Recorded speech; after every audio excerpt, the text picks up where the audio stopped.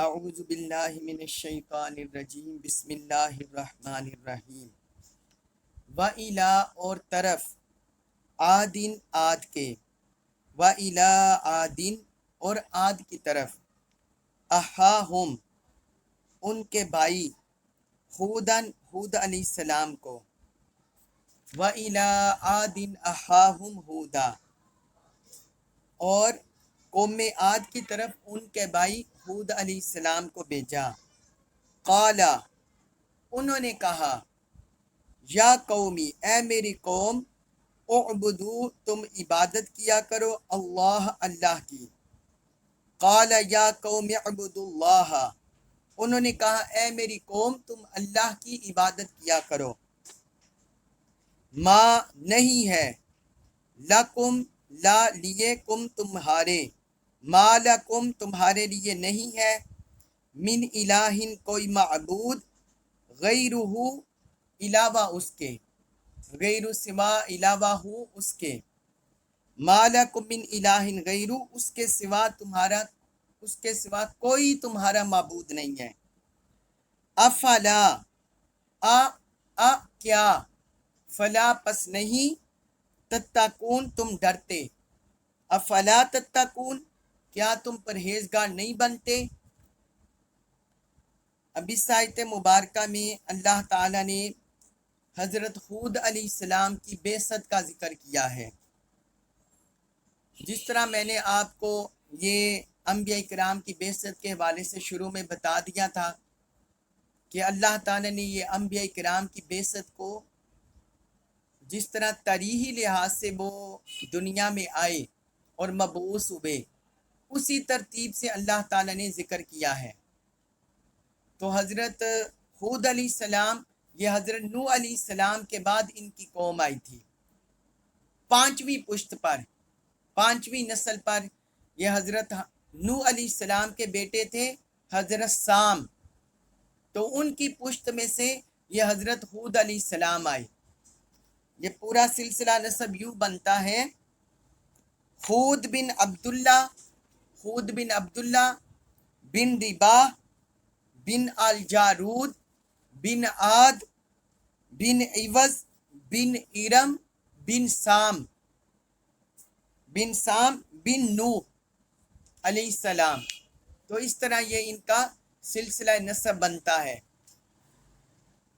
یہ حضرت نوح علیہ السلام کے بیٹے سام کی پانچویں پشت سے حضرت ہود علیہ السلام ہوئے۔ قرآن میں انہیں ارما کا لفظ بھی، ان کی قوم کو، قوم عاد کو ارما کا لفظ بھی نام دیا گیا ہے۔ ارما وہ بھی انہیں اسلام سے پکارا گیا ہے، تو یہ بھی ان کے نسب صحیح تھے۔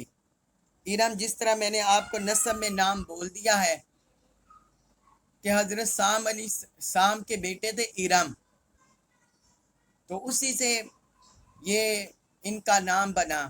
ارم قومی نے کہا گیا۔ لیکن ان سے دو قومیں وجود میں آئیں۔ قرآن میں قوم عاد کو عاد اولا بھی کہا گیا ہے، عاد اولا۔ تو مفسرین نے لکھا ہے کہ ارم ان کے دو بیٹے تھے، ایک کا نام عوض تھا، عین واو صاد، اور اسی سے یہ عاد اولا جو حضرت ہود علیہ السلام کی قوم ہے وہ وجود میں آئی۔ اور دوسرے بیٹے تھے، تو وہ دوسرے بیٹے تھے، ان سے قوم سمود وجود میں آئی۔ انہیں بعض مفسرین نے عاد ثانیہ بھی بولا ہے، قوم سمود کو جو حضرت صالح علیہ السلام کی قوم، تو اسے عاد ثانیہ بھی بولا جاتا ہے۔ تو یہ حضرت سب سے پہلے رسول جو مبعوث ہوئے وہ حضرت نوح علیہ السلام تھے، پھر ان کے بعد حضرت ابراہیم علیہ السلام، پھر حضرت اسماعیل علیہ السلام، پھر حضرت اسحاق، پھر حضرت یعقوب، پھر حضرت یوسف، پھر حضرت لوط، پھر حضرت ہود بن عبداللہ علیہ السلام، یہ مبعوث ہوئے۔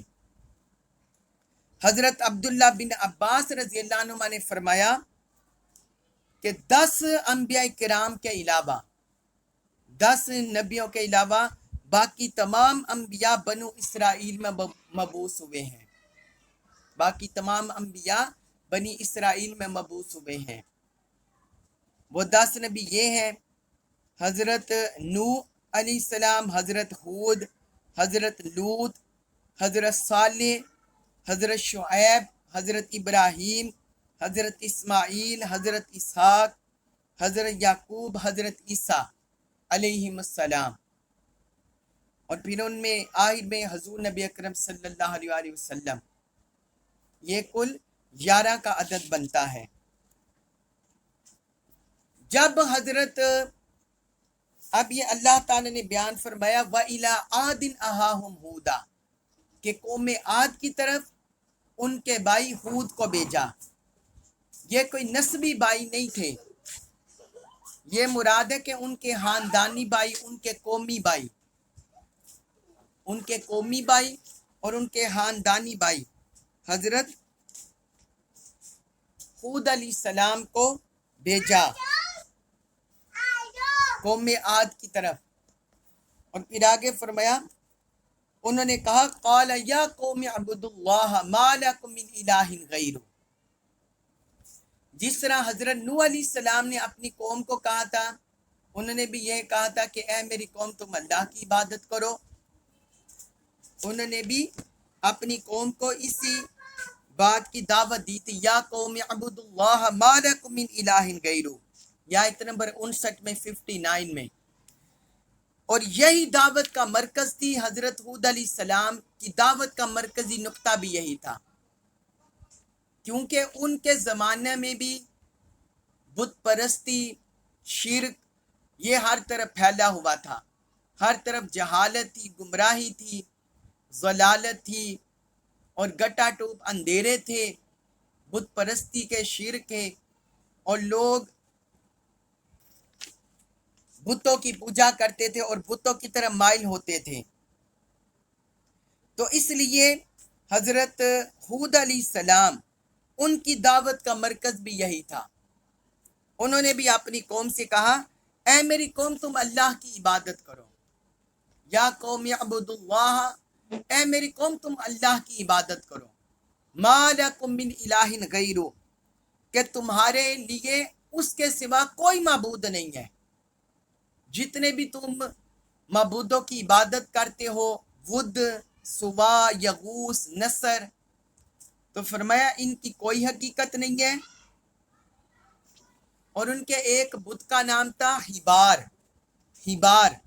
اور ایک بت کا نام تھا سمود۔ تو فرمایا کہ تم ان کی کیوں عبادت کرتے ہو؟ تم ایک اللہ کی عبادت کرو جس کے سوا کوئی معبود نہیں ہے۔ یہ سارے معبودان باطل ہیں جنہیں تم نے اپنے ہاتھوں سے تراشا ہوا ہے، اور اپنے ہاتھوں سے تراش کر تم ان کی عبادت کر رہے ہو۔ تو فرمایا اس اللہ کی عبادت کرو جس کے سوا کوئی معبود نہیں۔ پھر آگے فرمایا افلا تتقون، کیا تم ڈرتے نہیں ہو؟ اب حضرت نوح علیہ السلام انہوں نے فرمایا تھا کہ تم اس اللہ کی عبادت کرو جس کے سوا کوئی معبود نہیں، اور پھر انہوں نے آگے فرمایا تھا انی اخاف علیکم عذاب یوم عظیم، کہ بے شک مجھے تم پر بڑے دن کے عذاب کا خوف ہے۔ تو حضرت نوح علیہ السلام نے انہیں بڑے دن کے عذاب کے خوف سے ڈرایا، جبکہ حضرت ہود علیہ السلام نے انہیں عذاب عظیم اس طرح کی اپنی دعوت میں اس کو سامنے نہیں رکھا، بلکہ فرمایا افلا تتقون، کیا تم ڈرتے نہیں ہو؟ کیونکہ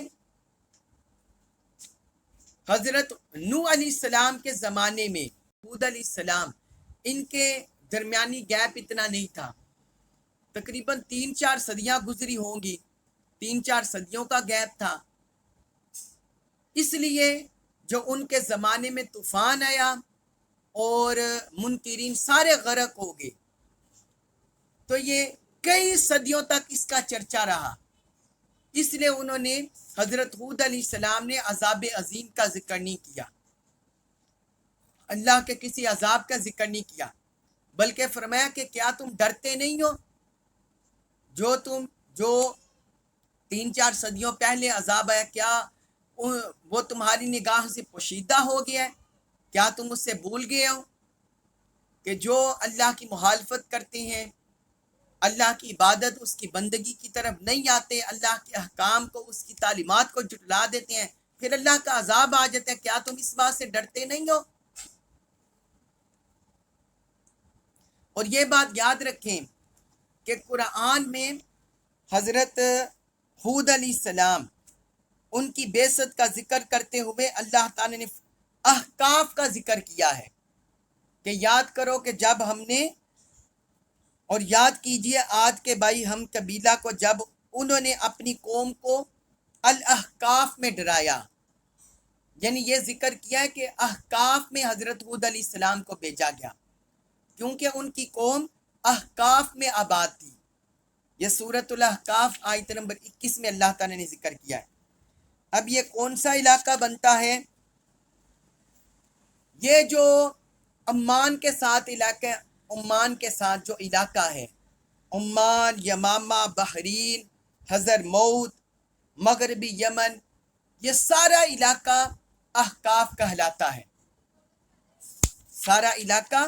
احقاف کہلاتا ہے۔ احقاف اس لیے اس کو کہا جاتا ہے کہ یہ یمن میں بلندی پر ایک ریگستان ہے، اس وجہ سے اسے احقاف بولا جاتا ہے۔ یہ دور دراز تک پھیلا ہوا ریگستان ہے، دور دراز تک، اور اس بارے میں لکھا گیا ہے کہ اس کا کل رقبہ جو عمان سے حضر موت تک، یعنی جو یمن کا علاقہ وہاں تک پھیلا ہوا ہے، اس کا کل رقبہ 3 لاکھ مربع میل بتایا جاتا ہے، 3 لاکھ مربع میل، جسے الربع الحالی بھی کہتے ہیں۔ عربی زبان میں اسے بولا جاتا ہے الربع الحالی۔ یہ 3 لاکھ مربع میل تک خطہ پھیلا ہوا ہے، اور اب تو یہاں بہت زیادہ ریت ہے، ریگستان ہے، صحرا ہے، اور ڈر کے مارے اب بھی وہاں سے لوگ نہیں گزرتے، اتنی وہاں ریت ہے۔ لیکن آج سے صدیوں پہلے یہاں قوم عاد آباد تھی، قوم عاد یہاں آباد تھی، قوم عاد یہاں آباد تھی۔ تو اس لیے اللہ تعالی نے حضرت ہود علیہ السلام کی دعوت کا ذکر کیا۔ پھر آگے فرمایا سورۃ الاعراف آیت نمبر 66 میں 66 میں فرمایا قالا، فرمایا الملأ سرداروں نے، الذین وہ جو کفر جنہوں نے کفر کیا، من قومی ہی ان کی قوم میں سے، تو ان کی قوم میں سے جو سردار، وڈیرے، سرمایہ دار، ظالم، لٹیرے، تو وہ کہنے لگے انا بے شک ہم، لنراکا، لنراکا لام زبر لا یہ تاکید کے لیے آتا ہے، لام مفتوح، لنراکا وہ بولتے ہیں کہ ہم ضرور آپ کو دیکھتے ہیں، فی صفاحت حماقت میں، وہ حضرت ہود علیہ السلام کو کہتے ہیں ہم آپ کو حماقت میں دیکھ رہے ہیں، وَإِنَّا اور بے شک ہم، لَنَظُنُّكَ، لَنَظُنُّكَ ہم ضرور آپ کو گمان کرتے ہیں، من الکاذبین جھوٹوں میں سے، معاذ اللہ استغفر اللہ۔ جس طرح حضرت نوح علیہ السلام کی قوم نے انہیں کہا تھا کہ معاذ اللہ ہم آپ کو ضلالت میں سمجھتے ہیں، گمراہی میں سمجھتے ہیں، اسی طرح ان کی قوم حضرت ہود علیہ السلام کی قوم یہ بھی بے حیا نکلی اور بے ادب اور اللہ اور اللہ کے رسول کی نافرمان نکلی، بے ادب اور گستاخ نکلی۔ تو ان کی قوم کے سردار کہنے لگے،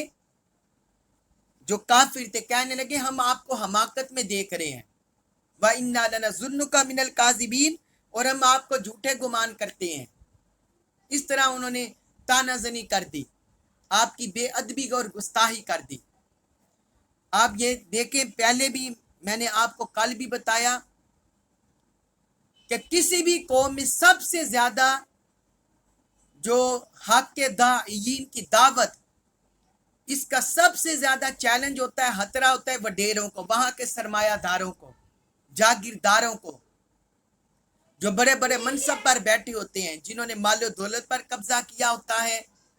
بڑی سیٹیں سنبھالی ہوتی ہیں، کوئی بیوروکریسی میں ہوتا ہے، کوئی مقننہ میں ہوتا ہے، کوئی عدالت میں ہوتا ہے، کوئی آرمی میں ہوتا ہے، کوئی جاگیردار ہوتا ہے، کوئی زمیندار ہوتا ہے۔ ان لوگوں کو اپنے مفادات خطرے میں نظر آتے ہیں، اس لیے وہ لوگ انبیاء کرام کی مخالفت کرتے ہیں، اور آج تک یہی چلا آ رہا ہے، آج تک یہی حال ہے۔ جب بھی کوئی بھی دعوت حق کا لے کر اٹھے گا تو سب سے پہلے اس کے مخالفین اس علاقے کے وڈیرے، سرمایہ دار، زمیندار، جاگیردار ہوں گے، کیونکہ وہ اس کرپٹ نظام کے عادی ہوتے ہیں، وہ اس کے بینیفیشری ہوتے ہیں، ان کے مفادات، اس کرپٹ نظام سے اپنے مفادات حاصل کر رہے ہوتے ہیں، اس لیے وہ تہمتیں لگاتے ہیں، جھوٹی تہمتیں لگاتے ہیں۔ یہ دیکھنے قرآن ہے، کیا پوری روئے زمین میں انبیاء کرام جیسے نفوس قدسیہ کوئی اور ہو سکتے ہیں؟ انبیاء کرام اور اللہ کے رسولوں سے بڑھ کر پاک نفوس، پاکیزہ نفوس اور کوئی بھی نہیں ہے، وہ سب سے پاک نفوس اور پاکیزہ نفوس ہوتے ہیں، تو ان پر بھی تہمت لگائی گئی، ان پر بھی کیچڑ اچھالا گیا۔ جب ہمارے شیخ حضور شیخ الاسلام ڈاکٹر محمد طاہر القادری، جب آپ نے پاکستان میں کرپٹ نظام کے خلاف آواز بلند کی اور لوگوں کو شعور بیدار کرنا شروع کیا، تو سب سے پہلے آپ کے مخالفین پاکستان میں یہی طبقہ ہوا، سرمایہ دار، جاگیردار، یہی طبقے نے سب سے پہلے مخالفت کی اور آج تک کرتے چلے آ رہے ہیں۔ تو یہ وتیرہ پچھلی صدیوں سے چلا آ رہا ہے، جب بھی حق اور باطل کی جنگ ہوتی ہے تو یہی سرمایہ دار وڈیرے ہوتے ہیں، یہی حق کی سب سے پہلے مخالفت کرتے ہیں۔ یہ اللہ رب العزت نے ہمیں قرآن میں بتا دیا ہے۔ تو انہوں نے بھی حضرت نوح علیہ السلام پر تہمتیں لگا دی، جھوٹے بہتان لگا دیے، انہوں نے کہا ہم آپ کو حماقت میں دیکھ رہے ہیں۔ حضرت نوح علیہ السلام پر ان کی قوم نے الزام لگایا تھا، بے ادبی کی تھی، ضلالت کی، وہ کہنے لگے ہم آپ کو سری ضلالت میں دیکھ رہے ہیں،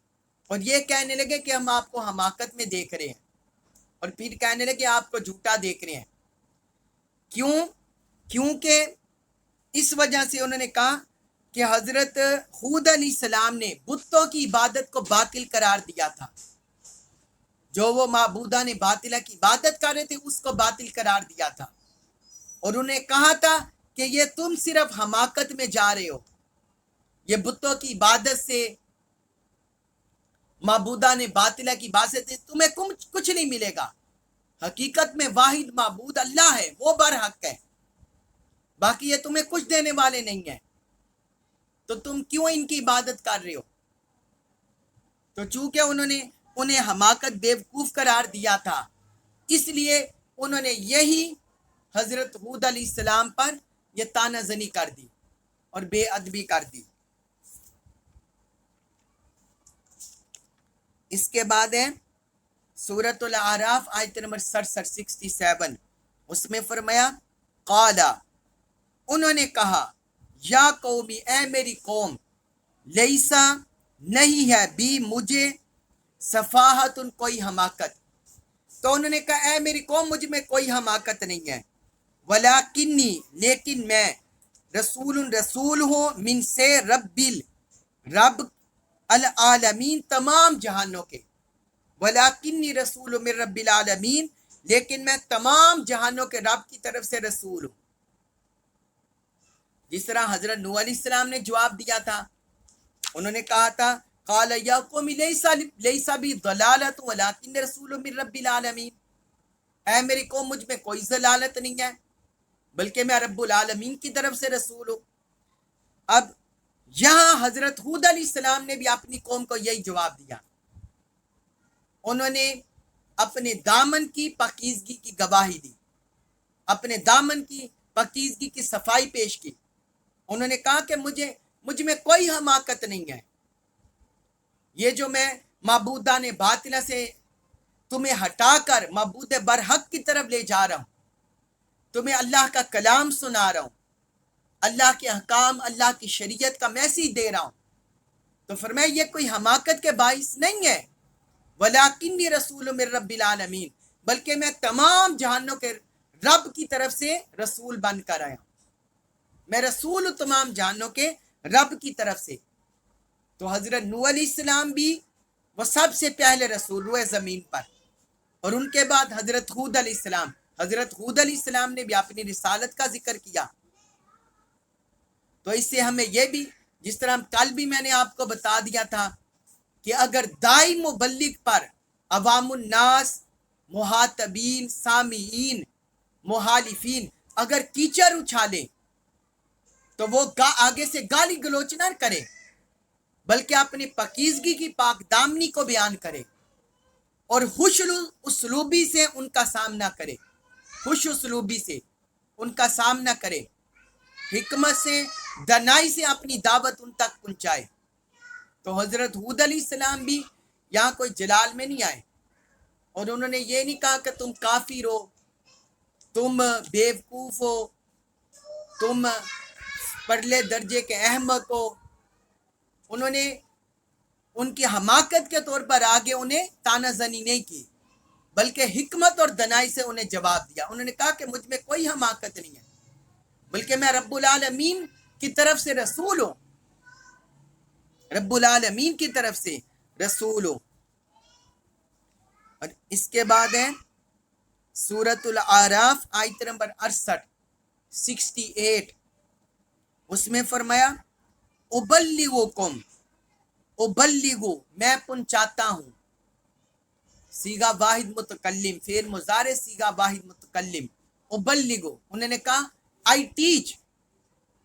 آئی کنوے، ابلغو میں پہنچاتا ہوں، کم تمہیں، ابلغکم میں تمہیں پہنچاتا ہوں، رسالاتی پیغامات، پیغامات پہنچا رہا ہوں، ربی اپنے رب کے، ابلغکم رسالات ربی، میں تمہیں اپنے رب کے پیغامات پہنچا رہا ہوں، وَأَنَا اور میں ہوں، لکم لیے، کم تمہارے، لکم تمہارے لیے، وَأَنَا لکم اور میں تمہارے لیے ہوں، ناصحٌ خیرہا، امین امانت دار، ناصح امین، وَأَنَا لَكُمْ ناصح امین، اور میں تمہارا امانت دار خیرہا ہوں، اور میں تمہارا امانت دار اور خیرہا ہوں، جس طرح حضرت نوح علیہ السلام نے فرمایا تھا۔ اب یہ دیکھیں، چونکہ ان کا دعوتی ہدف ایک تھا دونوں رسولوں کا، شرک کا رد کرنا اور لوگوں کو توحید کی طرف بلانا، ان کے مخالفین، سامعین، مخاطبین وہ بھی ملتے جلتے تھے، اس لیے ان پر تانا زنی بھی ایک جیسی تقریباً ہوئی، 19-20 کے فرق سے، تو جواب بھی دونوں کی طرف سے تقریباً ایک جیسا آیا، دونوں رسولوں کی طرف سے، اور دونوں رسولوں نے اپنی حقانیت بیان کی۔ تو یہاں حضرت ہود علیہ السلام نے بھی اسی طرح جواب دیا جس طرح حضرت نوح علیہ السلام نے دیا تھا۔ انہوں نے کہا میں یہ نہ سمجھو کہ میں اپنے نفس سے، اپنے پاس سے کوئی تمہیں یہ تبلیغ کر رہا ہوں اور تمہیں توحید کی دعوت دے رہا ہوں، رسالت کی دعوت دے رہا ہوں، اللہ کے احکام، اس کی وحی کی طرف دعوت دے رہا ہوں۔ فرمایا ایسی بات نہیں ہے، ابلغکم رسالات ربی، میں تمہیں اپنے رب کے پیغامات پہنچا رہا ہوں، اپنے رب کے پیغامات تمہیں پہنچا رہا ہوں۔ اور پھر آگے انہوں نے مزید صفائی دی، کہنے لگے وَأَنَا لَكُمْ نَاصِحٌ امین، اپنا منصب واضح کیا ان پر، فرمایا میں تمہارا خیرہا ہوں، ناصح ان کا مطلب خیرہا، مجھے اپنا دشمن نہ سمجھو۔ آپ یہ دیکھیں، یہ نبوی اسلوب ہے، یہ دعوتی اسلوب ہے، اور آج کے ہمارے جو واعظین، خطباء، مبلغین، شیوخ الحدیث جو اپنے آپ کو مفتی کہتے ہیں اور اسلام کے مبلغ کہتے ہیں، اہل سنت کے مبلغ کہتے ہیں اور دین کے مبلغ کہتے ہیں، میں اکثریت کی بات کر رہا ہوں، ان پر اگر کوئی کیچڑ اچھال دے، کوئی تانا زنی کر دے تو ان کا کیا حال ہوتا ہے؟ وہ کیسے ممبر و محراب پر گالی گلوچ کرتے ہیں اور کیسے اللہ اور اللہ کے رسول کی طرف بلاتے ہیں، دعوت دیتے ہیں۔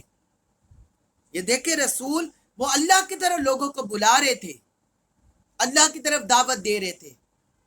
تو لوگوں نے ان پر طعنہ زنی کی، تو وہ کہتے ہیں میں تمہارا خیر ہاں ہوں، میں تمہاری بلائی چاہتا ہوں، میں تمہارا دشمن نہیں، کوئی تمہارا نقصان نہیں کرنے والا۔ اور پھر آگے کہتے ہیں امین، امانت دار ہوں، میں تمہارا خیرہا بھی ہوں اور تمہارا امانت دار بھی ہوں، تمہارا خیرہا بھی ہوں اور تمہارا امانت دار بھی ہوں۔ حضرت نوح علیہ السلام نے یہاں لفظ بولا تھا وَأَنْصَحُ لَكُمْ، میں تمہیں نصیحت کرتا ہوں، وہ فعل تھا یعنی فعل مضارع، وَأَنْصَحُ میں نصیحت کرتا ہوں، وَأَنْصَحُ، اور یہاں ہے ناصحٌ، یہ جملہ اسمیہ ہے، وہاں فعل کا ذکر کیا، یہاں جملہ اسمیہ کا اللہ تعالیٰ نے ذکر کیا، وَأَنَا لَكُمْ نَاصِحٌ، میں تمہارا خیرخواہ ہوں، اور وہاں انہوں نے کہا تھا میں تمہیں نصیحت کرتا ہوں۔ ان دونوں میں فرق کیا ہے؟ یہ باریک سا فرق ہے، عربی لغت کے لحاظ سے، عربی گرامر کے لحاظ سے۔ وہ اس طرح کہ حضرت نوح علیہ السلام انہیں بار بار تجدید ایمان کا کہتے تھے، بار بار دعوت کی تجدید کرتے تھے، دعوت کی وہ اپنی بار بار تجدید کرتے تھے، انہیں دعوت دیتے تھے بار بار، اس لیے وہاں لفظ ان کے لیے استعمال ہوا وَأَنْصَحُ، فعل مضارع کا، کہ میں تمہیں نصیحت کرتا ہوں، کیونکہ وہ بار بار دعوت دیتے تھے انہیں۔ اور حضرت ہود علیہ السلام کے لیے جملہ اسمی آیا کہ اس میں ثبات ہے، اس میں استقرار ہے، اس میں استمرار ہے، اس میں کنٹینیوس ہے، جبکہ اس میں حضرت نوح علیہ السلام کی دعوت میں تکرار ہوتا تھا لیکن وہ کنٹینیوس نہیں تھا، مسلسل نہیں تھا، دعوت دیتے پھر رکتے، انتظار کرتے پھر دعوت دیتے، اس طرح، جبکہ ان کی دعوت میں استقرار اور استمرار تھا، تسلسل سے ان کی دعوت تھی، اس لیے اللہ تعالیٰ نے ان کے لیے وَأَنَا لَكُمْ نَاصِحٌ، کہ میں تمہارا خیرخواہ ہوں۔ اور پھر جو انہوں نے جھوٹ کا دعویٰ دیا، جھوٹ کا آپ پر بہتان لگایا، تو اس کو رد کیا امین، میں تمہارا امانت دار بھی ہوں، میں تمہارا خیرخواہ بھی ہوں اور تمہارا امانت دار بھی ہوں، کہ تم مجھے اپنے اندر امانت دار سمجھتے تھے، اپنے اندر قابل اعتماد سمجھتے تھے، اب مجھے کیوں کر جھوٹا کہنے لگے ہو؟ تو انہوں نے اس دعوے کو، ان کے اس الزام کو رد کیا، کہا میں تمہارا خیرخواہ بھی ہوں اور امانت دار بھی ہوں۔ اب یہاں ایک بڑی آپ کو ایمان افروز نکتہ لکھوانا چاہتا ہوں۔ حضرت نوح علیہ السلام پر جب قوم نے کیچڑ اچھالا، انہوں نے خود جواب دیا۔ حضرت ہود علیہ السلام پر جب قوم نے کیچڑ اچھالا، بے ادبی کی، تنقید کی، انہوں نے خود جواب دیا۔ جبکہ ہمارے اور آپ کے مسلمانوں کے پیارے آقا، تاجدار کائنات، رحمت للعالمین، سیدنا و مولانا محمد مصطفیٰ صلی اللہ تعالی علیہ وآلہ وسلم، آپ کی یہ شان محبوبیت ہے اللہ کی بارگاہ میں، آپ کا یہ شان، یہ مقام ہے، یہ منزلت ہے، یہ منصب ہے، یہ عظمت ہے کہ جب مخالفین نے آپ پر کیچڑ اچھالا تو آپ نے جواب نہیں دیا، بلکہ اللہ تعالی نے جواب دیا، بلکہ اللہ تعالی نے عرش سے جواب دیا، اور قرآن کا اسے حصہ بنا دیا اس جواب کو۔ وہ چند آیات آپ کو لکھوا دیتا ہوں۔ ولید بن مغیرہ بدبخت گستاخ نے آپ کو مجنون بولا، تو اللہ تعالی نے سورۃ القلم کی آیت اتار دی، ما انت بنعمت ربک بمجنون، اے حبیب آپ اپنے رب کے فضل سے مجنون نہیں ہیں۔ اللہ تعالی نے اس کے اعتراض کو رد کر دیا۔ اسی طرح آس بن وائل، اس نے آپ کو معاذ اللہ ابتر مقتول نسل ہونے کا طعنہ دیا کہ آپ کی نسل مٹ جائے گی، تو اللہ تعالی نے سورۃ الکوثر پوری اتار دی، فرمایا انا اعطیناک الکوثر، اے حبیب بے شک ہم نے آپ کو خیر کثیر عطا فرما دی، فصلی لربک وانحر، تو آپ اپنے رب کے لیے نماز پڑھیے اور قربانی کیجیے، ان شانیہ کا هو الابتر، یقیناً آپ کا دشمن ہی ابتر ہے، جو آپ کو ابتری ہونے کا تانا دیتا ہے، قطع نسل کا تانا دیتا ہے، فرمایا آپ کا دشمن ہی مقتول نسل ہوگا، اس کی جڑ کٹ جائے گی، اس کی نسل کٹ جائے گی۔ اللہ تعالیٰ نے جواب دیا۔ پھر اسی طرح ایک مشرکہ عورت نے جب حضور صلی اللہ علیہ وسلم پر اللہ کی طرف سے حکمت کی وجہ سے وہی چند دن نازل نہیں ہوئی، تو ایک مشرکہ عورت نے تانا دے دیا کہ آپ کو آپ کے رب نے چھوڑ دیا ہے، تو اللہ تعالیٰ نے سورۃ الضحیٰ کی آیت اتار دی، قسموں سے بلکہ اس کا آغاز کیا، فرمایا والضحیٰ، اس کا مطلب چاشت کی قسم بھی ہے، اور اس کا مطلب آپ کے چاشت کی طرح چمکتے آپ کے چہرے اقدس کی قسم، واللیل اذا سجا، اور رات کی قسم جب سیاہی پھیل جائے، اور ایک اس کا مطلب ہے اے حبیب آپ کی زلف عنبری کی قسم جب وہ پھیل جائے، اور آگے فرمایا ما ودعک ربک وما قلی، میرے مصطفیٰ آپ کا تو مقام یہ ہے کہ آپ کو آپ کے رب نے نہیں چھوڑا، وما قلی، اور نہ ہی وہ آپ سے بیزار ہوا ہے، نہ اس نے آپ کو چھوڑا ہے اور نہ وہ بیزار ہوا ہے۔ اسی طرح ایک بڑا مشہور واقعہ ہے کہ جب حضور صلی اللہ علیہ وسلم نے کوہ صفا پر کھڑے ہو کر لوگوں کو توحید کی دعوت دی، تو ابو لہب گستاخ نے آپ کو آپ کی طرف اشارہ کر کے ہاتھ کا کہا تباً لکا، کہ معاذ اللہ آپ پر تباہی ہو، آپ برباد ہو جائیں، تو اللہ تعالیٰ نے ابو لہب کی مذمت میں پوری سورت لہب اتار دی، تو اس کی پہلی آیت یہ اتار دی تبت یدا ابی لہب و تب، ابو لہب کے دونوں ہاتھ ٹوٹ جائیں اور وہ تباہ ہو جائیں، اور وہ تباہ ہو جائیں، اور آگے فرمایا ما اغنی عنہ مالہ ما کسب، جس مال پر گمنڈ کرتا ہے فرمایا وہ مال اسے کوئی فائدہ نہیں دے گا، وما کسب، اور جو اس نے کمائی کیا وہ بھی اسے کوئی فائدہ نہیں دے گا، سیصلی نارا ذات لہب، وہ ان قریب سخت شعلوں والی آگ میں جائے گا، سخت شعلوں والی آگ میں جائے گا، وامرأتہ حمالۃ الحطب، اور اس کی عورت لکڑیوں کا گٹھا سر پر اٹھائے ہوئے، کیونکہ اس کی عورت اس کی بیوی بھی گستاخ تھی، تو اللہ تعالیٰ نے شوہر اور بیوی دونوں کے رد میں قرآن کی آیات اتار دی اور اپنے حبیب کی طرف سے جواب دیا۔ یہ ہے باقی انبیاء کرام کا مقام، اور یہ ہے تاجدار کائنات سید الرسل امام الانبیاء صلی اللہ علیہ وسلم کا مقام۔ اللہ تبارک و تعالی ہمیں اپنے حبیب مکرم صلی اللہ علیہ وسلم کے مقام کی معرفت نصیب فرمائے، تادم یاہر حضور کی سچی سچی محبت، غلامی، اطاعت نصیب فرمائے، قرآن مجید کا کامل فہم نصیب فرمائے، ہمیں اس پر عمل پیرا ہونے کی توفیق عطا فرمائے۔ وما علیہ الا البلاغ المبین۔